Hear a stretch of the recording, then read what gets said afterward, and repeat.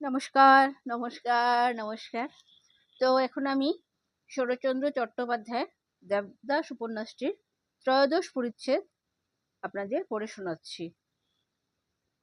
পিতার মৃত্যুর পর ৬ মাস ধরিয়া ক্রমাগত বাটিতে থাকিয়া দেবদাস একেবারে জ্বালাতন হইয়া উঠিল।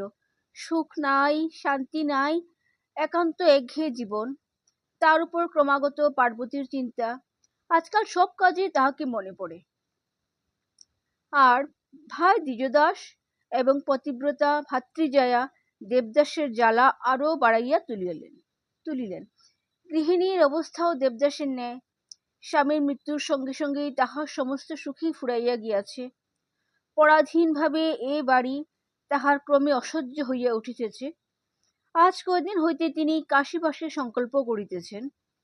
শুধু দেবদাসের বিবাহ না দিয়া যাইতে পারিতেছেন না। বলিতেছেন, দেবদাস, একটি বিয়ে কর, আমি দেখে যাই। কিন্তু তাহা কিরূপে সম্ভব?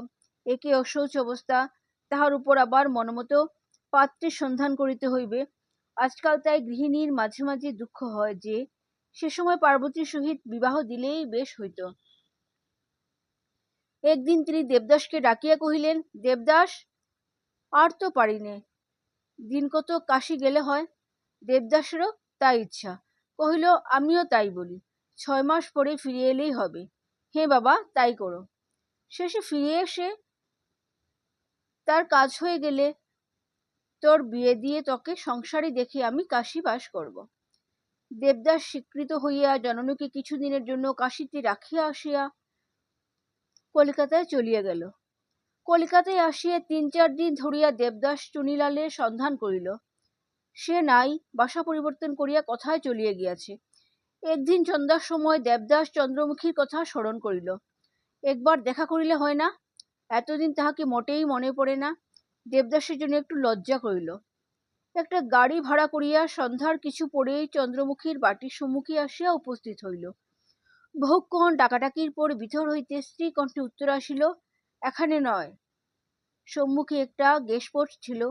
দেবদাস তাহার নিকটে সরিয়া আসিয়া কহিল, বলতে পারো সে স্ত্রীলোকটি কোথায় গেছে? জানালা খুলিয়া কিছুক্ষণ সে চাহিয়া দেখিয়া কহিল, তুমি কি দেবদাস? হ্যাঁ। দাঁড়াও, দোর খুলে দেই। দ্বার খুলিয়া সে কহিল, এসো। কণ্ঠস্বর যেন কতকটা পরিচিত, অথচ ভালো চিনিতে পারিল না। একটু অন্ধকার হইয়াছিল।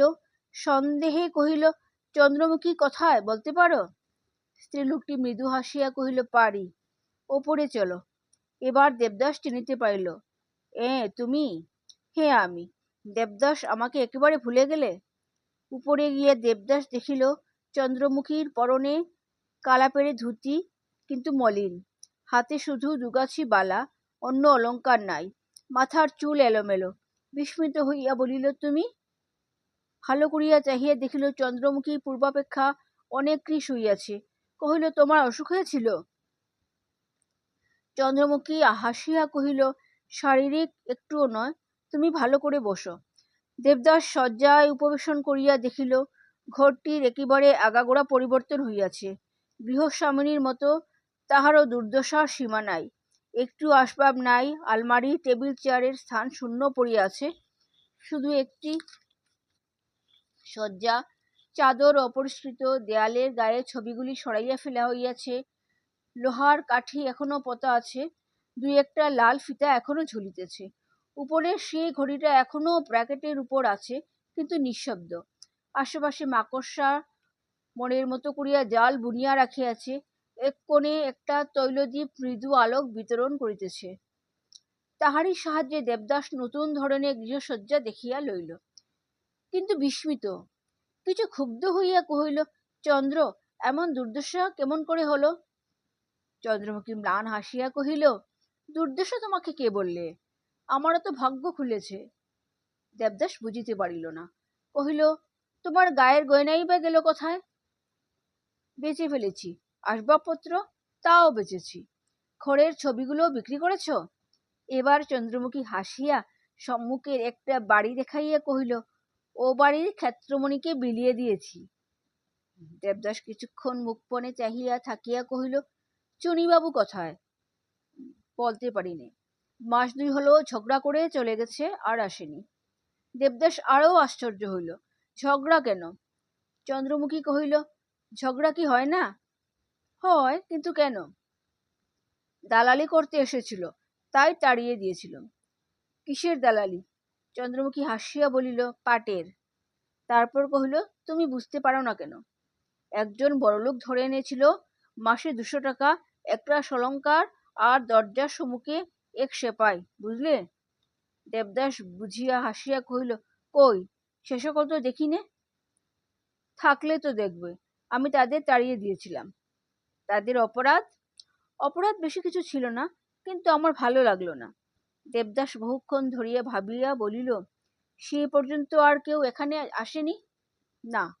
সেই পর্যন্ত কেন, তুমি যাবার পরদিন থেকে এখানে কেউ আসে না।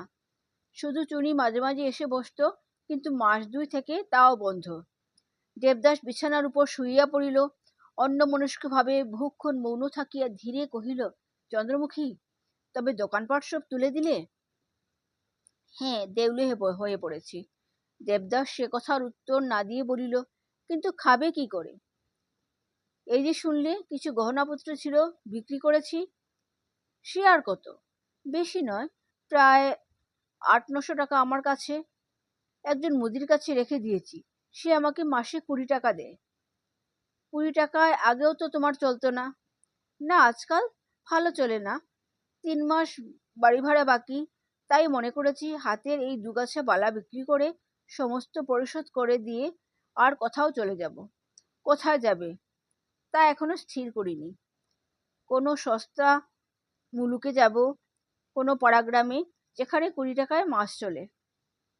এতদিন যাওনি কেন? যদি সত্যি তোমার আর কিছু প্রয়োজন নেই, তো এতদিন মিথ্যা কেন ধার কর্য বাড়ালে? চন্দ্রমুখী নতমুখী কিছুক্ষণ ভাবিয়া লইল। তাহার জীবনে এ কথাটা বলিতে আজ তাহার প্রথম লজ্জা করিল। দেবদাস বলিল, চুপ করলে যে? চন্দ্রমুখী শয্যার এক প্রান্তে সংকুচিত ভাবে উপবেশন করিয়া ধীরে ধীরে কহিল, রাগ করো না।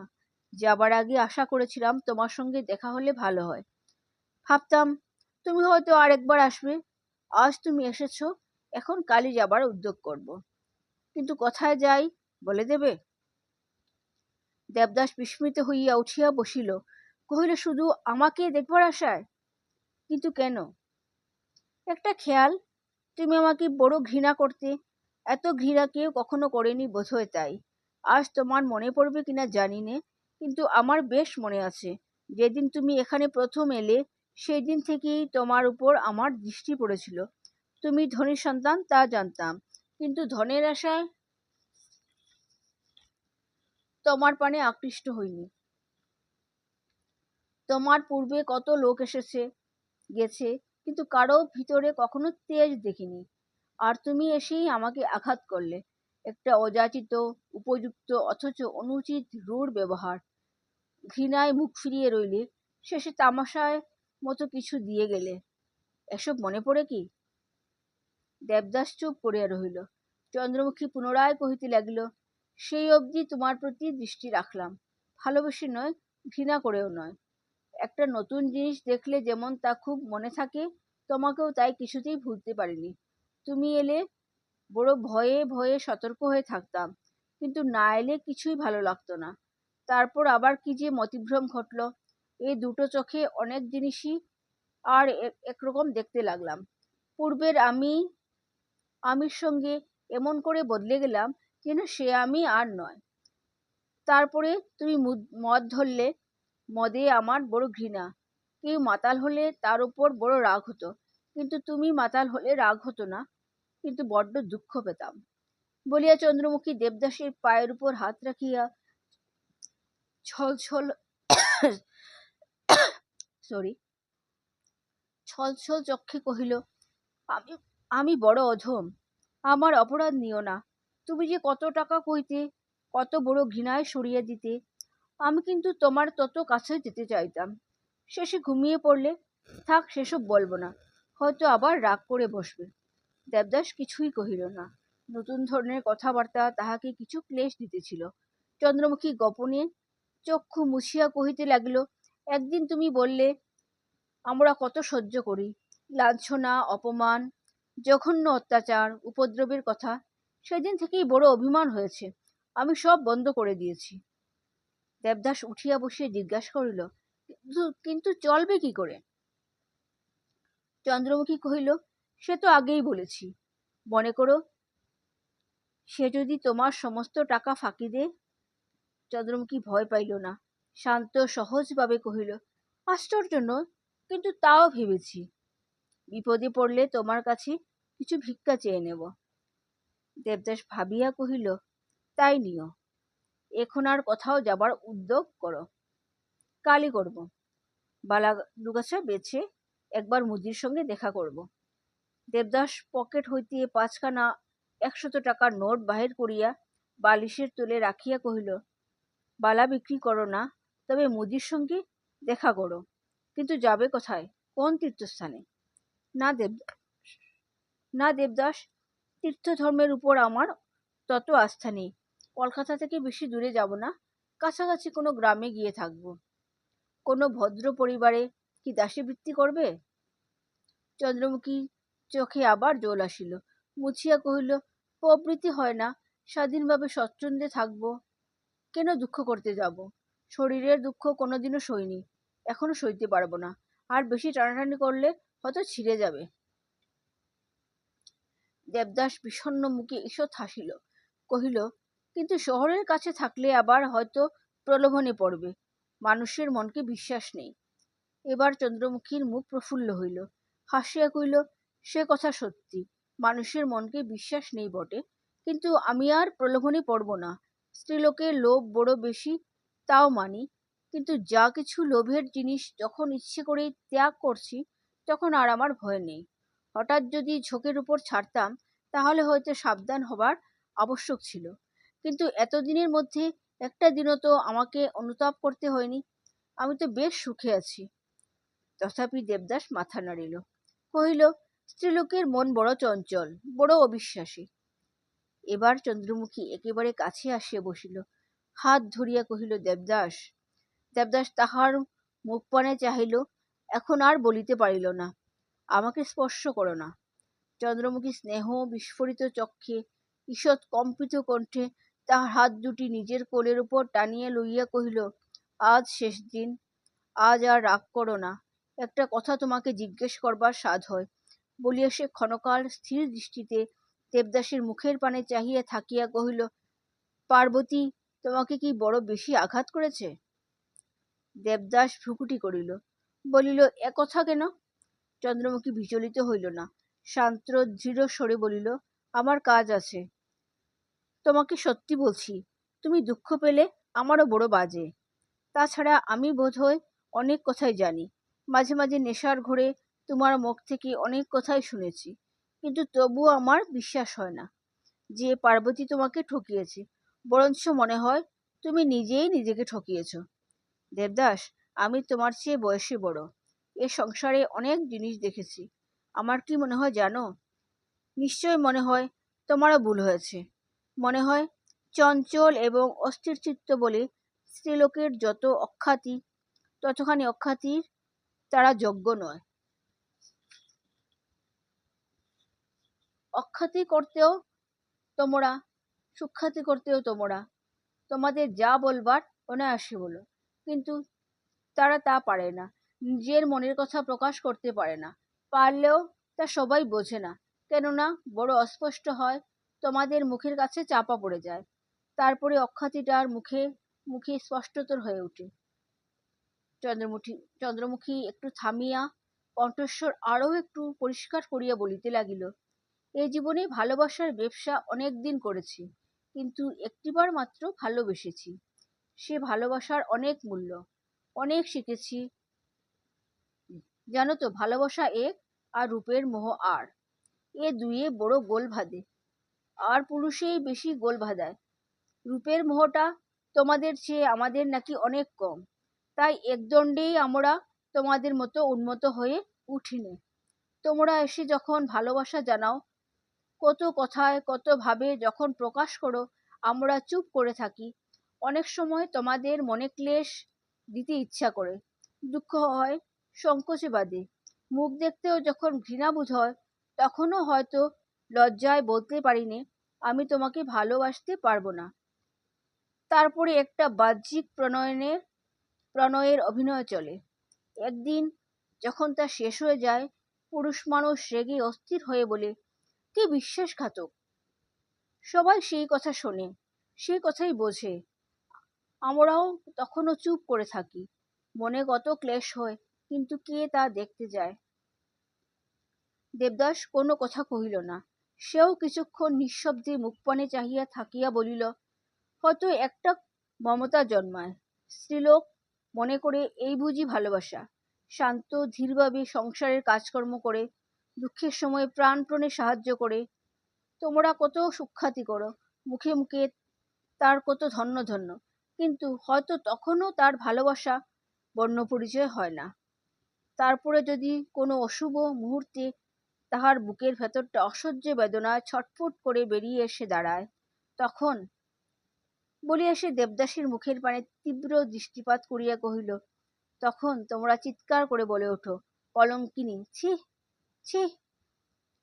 অকস্মাৎ দেবদাস চন্দ্রমুখীর মুখে হাত চাপা দিয়ে বলিয়া উঠিল, চন্দ্রমুখী, ও কি?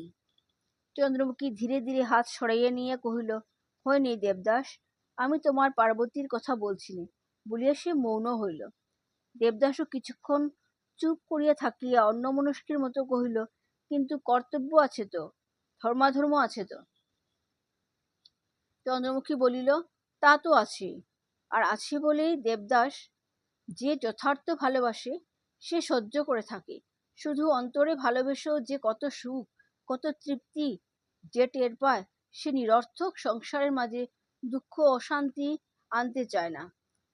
কিন্তু কি বলছিলাম দেবদাস, আমি নিশ্চয় জানি পার্বতী তোমাকে এক বিন্দুও ঠকায়নি। তুমি আপনাকেই ঠকিয়েছ। আজ একথা বোঝবার তোমার সাধ্য নেই, আমি জানি। কিন্তু যদি কখনো সময় আসে, তখন হয়তো দেখতে পাবে আমি সত্য কথাই বলেছিলাম। দেবদাসের দু চক্ষু জলে ভরিয়া উঠিল। আজ কেমন করিয়া তাহার যেন মনে হইতে লাগিল চন্দ্রমুখীর কথাই সত্য।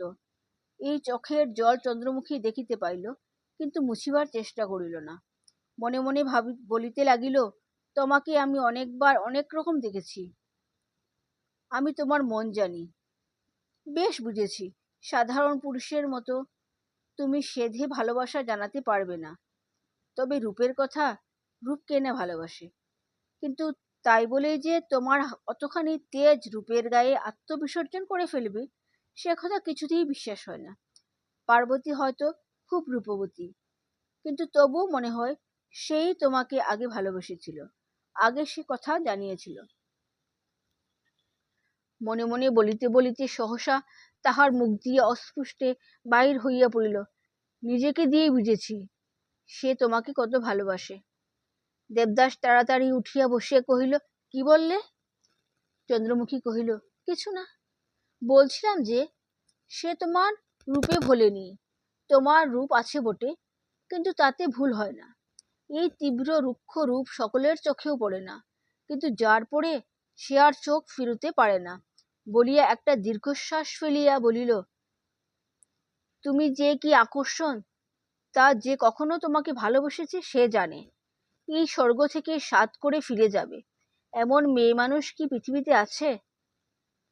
আবার কিছুক্ষণ নীরবে তাহার মুখপানে চাহিয়া থাকিয়া মৃদু মৃদু বলিতে লাগিল, এ রূপ তো চোখে পড়ে না, বুকের একবারে মাঝখানটিতে এর গভীর ছায়া পড়ে। তারপরে দিন শেষ হলে আগুনের সঙ্গে চিতায় ছাই হয়ে যায়। দেবদাস বিহ্বল দৃষ্টিতে চন্দ্রমুখীর মুখপানে চাহিয়া কহিল, আজ এসব তুমি কি বলছো?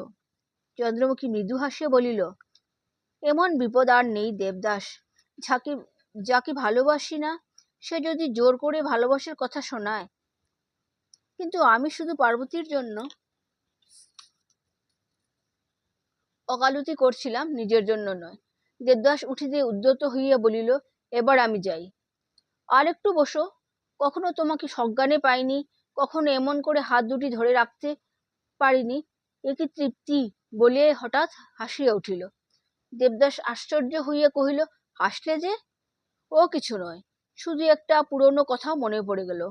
সে আজ 10 বছরের কথা। যখন আমি ভালোবেসে ঘর ছেড়ে চলে আসি, তখন মনে হতো কত না ভালোবাসি, বুঝি প্রাণটাও দিতে পারি। তারপর একদিন তুচ্ছ একটা গয়না নিয়ে দুজনের এমনই ঝগড়া হয়ে গেল যে আর কখনো কেউ কারো মুখ দেখলাম না। মনকে সান্ত্বনা দিলাম, সে আমাকে মোটেই ভালোবাসতো না, না হলে একটা গয়না দে না। আরেকবার চন্দ্রমুখী নিজের মনে হাসিয়া উঠিল।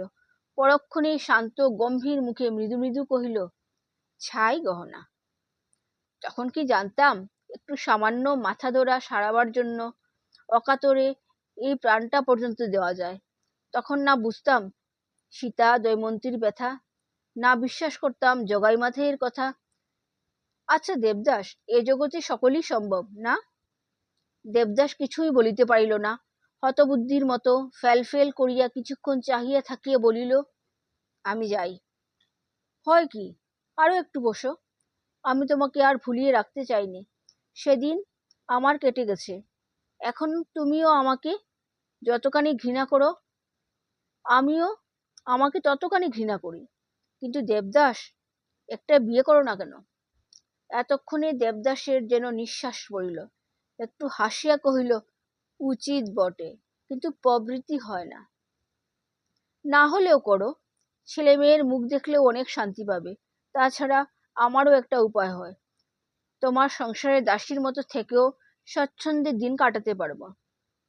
দেবদাস সহাস্যে বলিল, আচ্ছা, তখন তোমাকে ডেকে আনবো। চন্দ্রমুখী তাহার হাসির জন্য দেখিতেই পাইল না। কহিল, দেবদাস, আরেকটা কথা জিজ্ঞেস করতে ইচ্ছে করে। কি? তুমি এতক্ষণ আমার সঙ্গে কথা কইলে কেন? কোনো দোষ হয়েছে কি? তা জানি নে, কিন্তু নতুন বটে। মদ খেয়ে জ্ঞান না হারালে কখনো তো পূর্বে আমার মুখ দেখতে না। দেবদাস সে প্রশ্নের জবাব না দিয়া বিষণ্ণ মুখে কহিল, এখন মদ ছুতে নেই, আমার পিতার মৃত্যু হয়েছে।